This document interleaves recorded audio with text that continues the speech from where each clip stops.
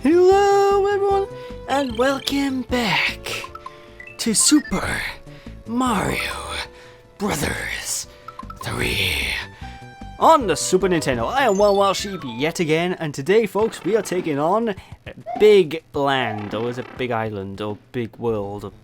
Either way, we're taking on World 4, and as you can guess from my not so subtle name, everything's freaking huge. Oh, dripping balls, man. Oh, there's the last time I take mushrooms off of Mario. Dude, they're brilliant, aren't they? No. Oh, the clouds have faces. Oh, the Koopas. But anyway, yeah, the world of this gimmick is the world of this gimmick, is basically everything is freaking huge, and as a result, everything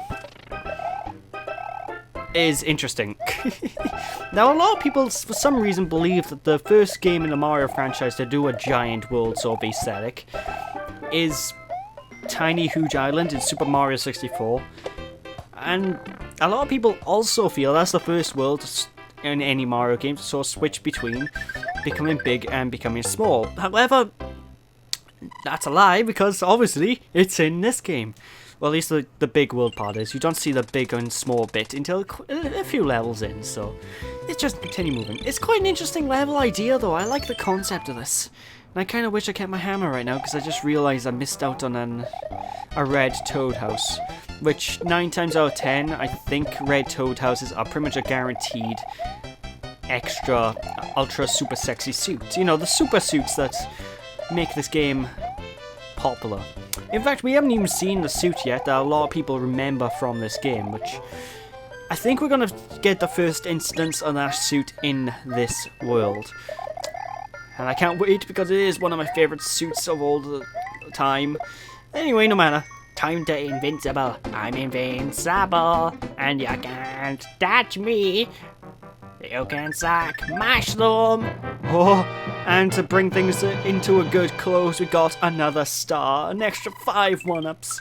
Oh, I feel like such a star right now. Oh. So far this world's going into a good start. Now, I have died a couple of times in this world overall, but World 4 isn't the hardest world in the game. It's quite easy, actually, when you know what you're doing, so there's that. It's pretty cool.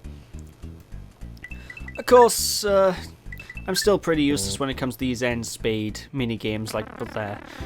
Although, to be fair, on my credit, the 2 coin cards, there's 2 types of coin cards you can get, 10 coins and 20 coins. They look very similar, don't they? So that's my excuse. Even though I didn't actually know that 10 coin was there, but that's beside the point, isn't it? Anyway, time to take on level 3. Where we're introduced to a new enemy type, meets the Sumo Brother, which is basically a super hammer brother. They throw hammers, and they jump. So yeah, they're super hammer brothers. The difference about these guys, though, in a way, they're kind of more annoying than hammer brothers, because if you're on the ground when they land, you'll be stunned. No idea why, they're not exactly the most stunning enemy in the world. Oh, get it? A stunning enemy. Oh, I'm so sorry. But no, they'll stun you if they land on the ground and you're on the ground at the same time. And their hammer is, I think, slightly bigger than the Hammer Brothers hammer. I'm not entirely sure. My main problem with them is every time I try to jump on them, they tend to throw the hammer at the exact time I'm about to connect with them. So that I tend to get hurt trying to hurt them, which kind of does my head in a bit.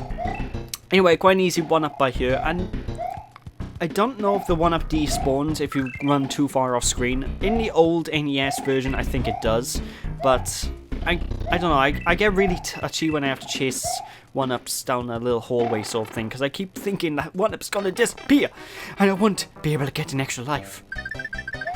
Ugh. But anyway, that's that level done. It's still fairly simple. Like, this world overall is actually a very simple world. It's the only thing that really makes it memorable, I guess, is just the sort of unique, you know, the unique aesthetics. Otherwise, it'd be very similar to the rest of the worlds in the series.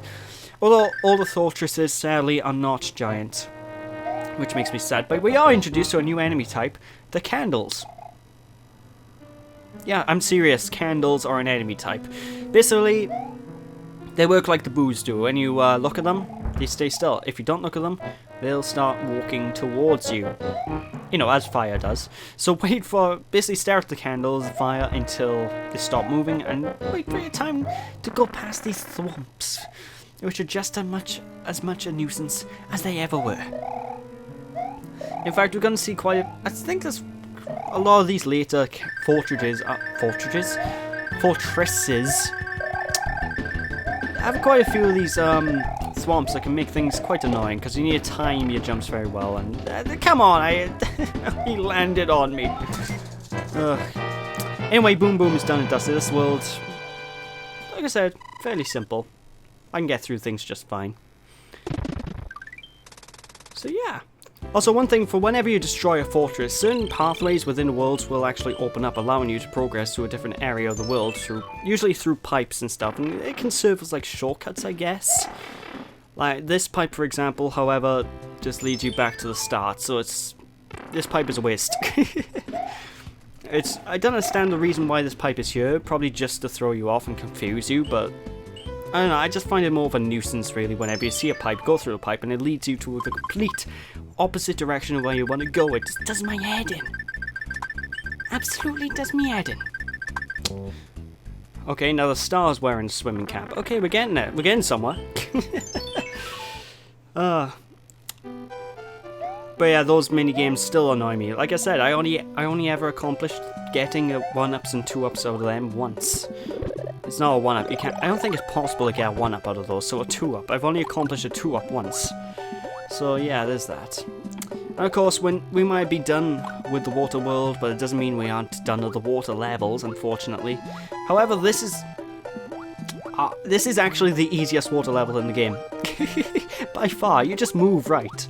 That's all it is. I mean, you have Lakitu throwing spinies at you from the top of the screen, but that's the only obstacle. There's nothing else in this stage to sort of try and stop you. Just make it to the end, and there we go. Oh, why can't the game have more challenges like that? Those are more Luigi's cup of tea. Oh. Seriously, I love the easy levels like that. I assume that level was there just to give you a break, because the last fortress level was kind of challenging-ish. Okay, that's a lie. The last fortress was also pathetically easy. Actually, now that I think about it, this entire world is pretty easy, with the exception of like 1 or 2 levels, and even those levels. The only reason I died is because I do stupid mistakes. So, I don't know. Hey, Sumo Bro... I still hate these Sumo Brothers. They're a nightmare. Oh well. Because like I said before, you get items whenever you fight these guys on the map, and that item there is the cloud. Well, Peach gave us one of them as well, and what those clouds do is they allow us to skip levels. Obviously, I'm not going to do that, because what's the point in skipping levels? You're playing a platform game. If you want to skip levels, play something else. It's just not a platformer. You play a platformer for the levels. If you skip the levels in a platformer, what's the point of playing a platformer, you know? Anyway, if you're wondering what that P-Wing does, because all I've said about that is it's an extremely powerful item that's... That's all I said about the P-Wing, actually. It's just a powerful item. But basically what it does is it gives you infinite flight, which means you can effectively break some of the levels in the game. You're going to see me, like I said, you will see me use it at one point.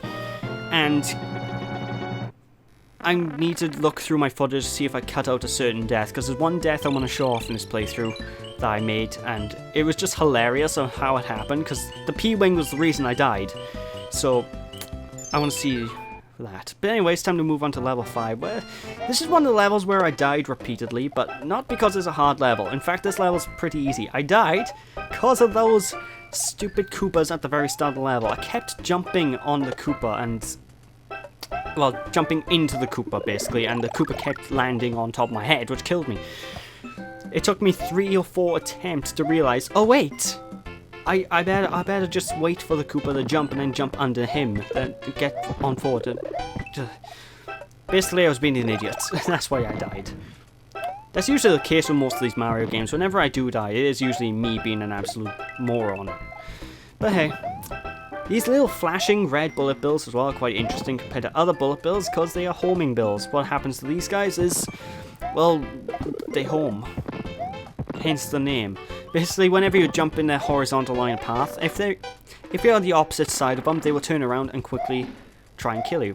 Anyway, Eclipse will not block. What? We're introduced to the most unique item, well, not unique, the most remembered item of this game, the Tanuki suit. Now, what this Tanuki suit does is it acts as a raccoon, a raccoon leaf, which allows you to fly and do all this sort of hover down nonsense you all know and love. But it also gives you the ability to turn into a statue and avoid damage. So basically, hold down and hold down the run button and you'll turn into a statue. You can use the ground pound enemies as well, which is quite useful. I can imagine this being useful mainly against those sumo enemies because, like I said, they always tend to clip me with a hammer just as I'm about to boop them on the head. So doing this will avoid damage and I can boop them on the head still just as fine. I'm such a star. Oh well, time to have another crack at the end spade game, methinks, because this is... more items are good. Of course, I'm getting pretty full up with my inventory now. Like I said, you only have 4 slots in your inventory. I have this weird slur when I say inventory, and I sometimes say inventory correctly, like now, and other times I'll turn around and say inventory. I don't know, I only noticed it after someone pointed it out to me, and it bugs me now when I'm watching back my playthroughs and watching back failed recordings as well as non-failed recordings, and all I hear is me switching between inventory and inventory. Ugh, I don't know. But I digress. Anyway, this level by here, I believe this is the introduction of the bigger and smaller concepts. See those doors there? If you go into those doors, you can do so by pressing the up button, just like in Mario 2. And in the earlier parts where we went through doors in the same game, basically you'll go into a smaller version of the world, which means I'm sticking in here because it's easier. Why is it easier? Because the enemies are smaller. Now you think bigger enemies will make it easier to kill because it's easier hits the top of the heads and easier to jump on them. In a way, but it's also easier just to... I don't know, I guess it's just because I'm so used to the small guys that's... the big ones just sort of throw me off and I have trouble with them. I don't know.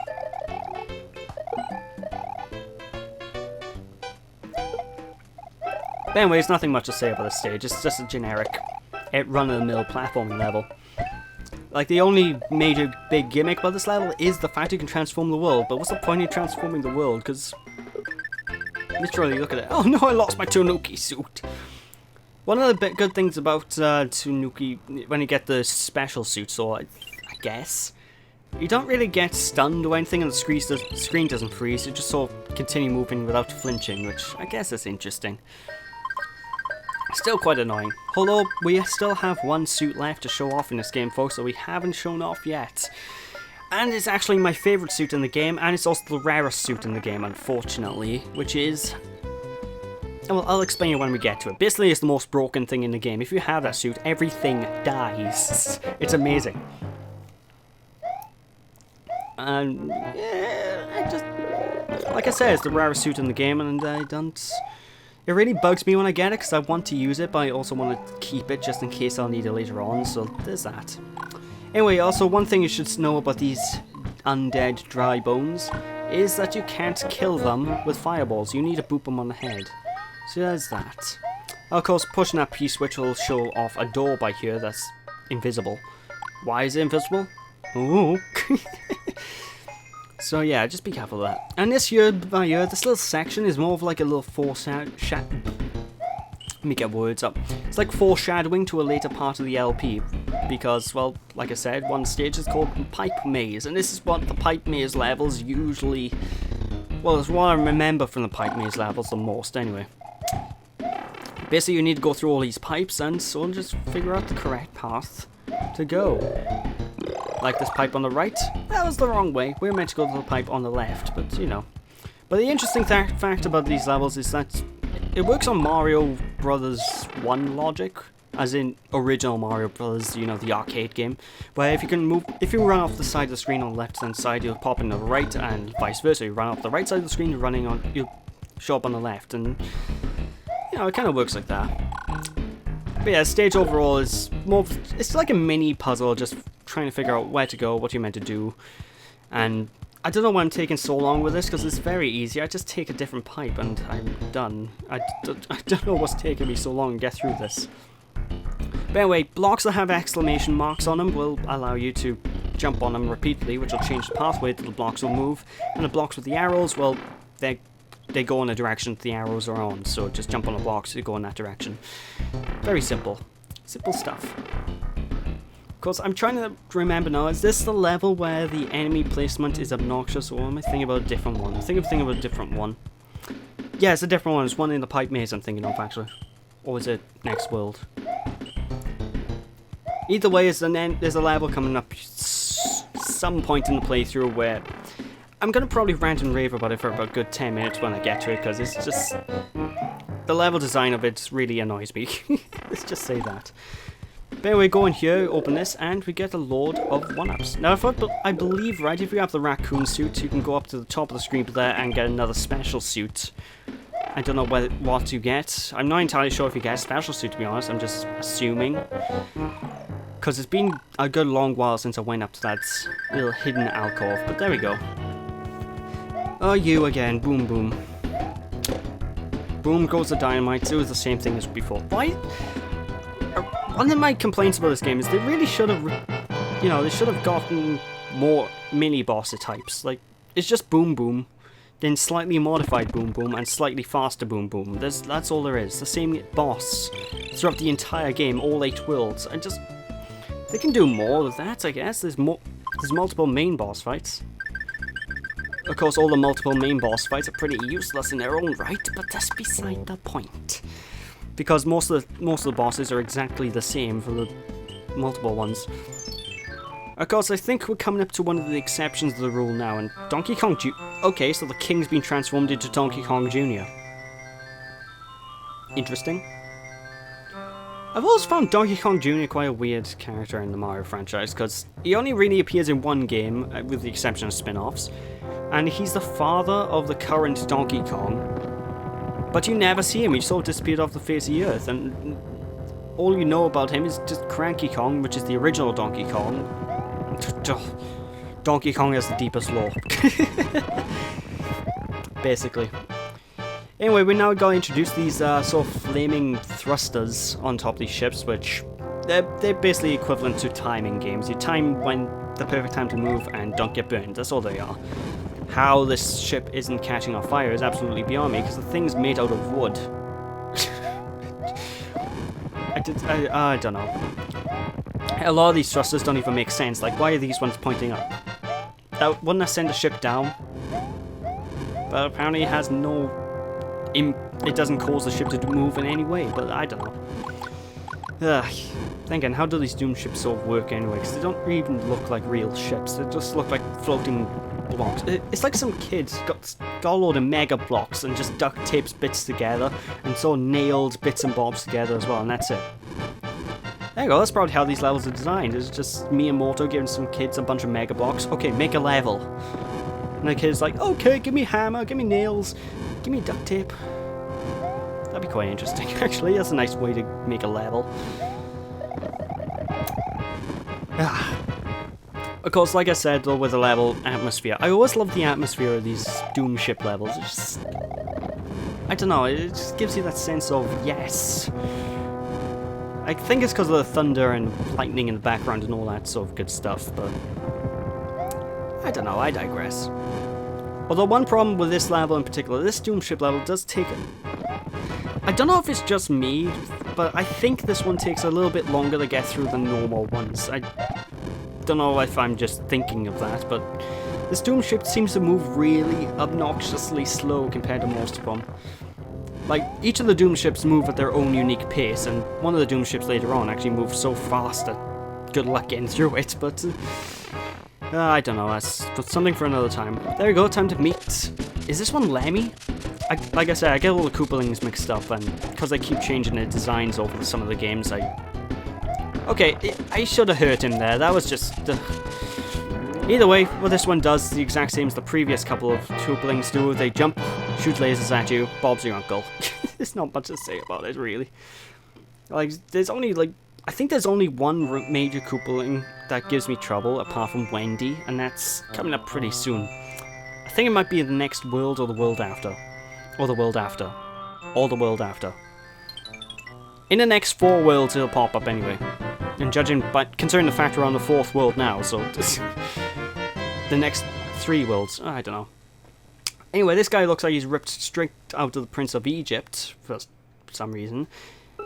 And we get ourselves a fantastic other P-Wing. And for some reason, why she's giving us hints about World 2 even though we're in World 4. We can't really go back, so I don't understand why she's giving us hints about that. That annoys me. But with that, folks, that is the end of this part, so thank you all for watching. Hope you all enjoyed. Don't be sheepish, people. And when we return, we'll be taking on World 5. So thanks for watching. See you after. Bye!